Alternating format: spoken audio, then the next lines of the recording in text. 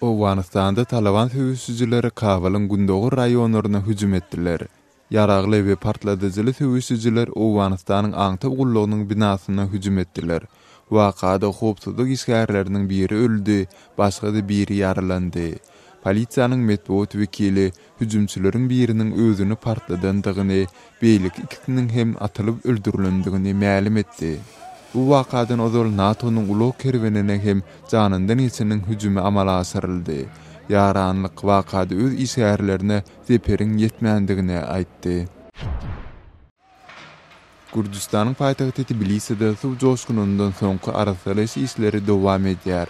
Şäher häkimligi tebii harasat sebäpli ejir çekenleriň arzalaryny kabul edip başlady.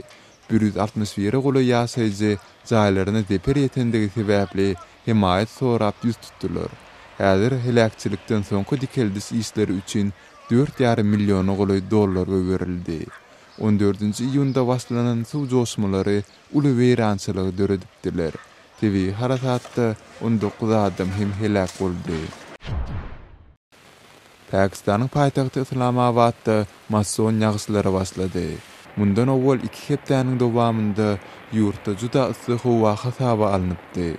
Güýçli ýagynlar sebäpli şäheriň we goly ortundaky etraplaryň elektrik üçinçiliginde bökdünslikler döredi. Ýagşylar sebäpli Islamabadda howanyň temperaturasy salkynlaşsa da ýurdun beýleki künjeklerinde yssyk howa sertleri dowam edýär. Jokrama ysy sebäpli iýun aýynda 1300 töwerege adamyň helak bolandygy çaklanylýar. Siz Azatlyk radiosynyň şu günkü täzelikleri bilen tanyş boldyňyz.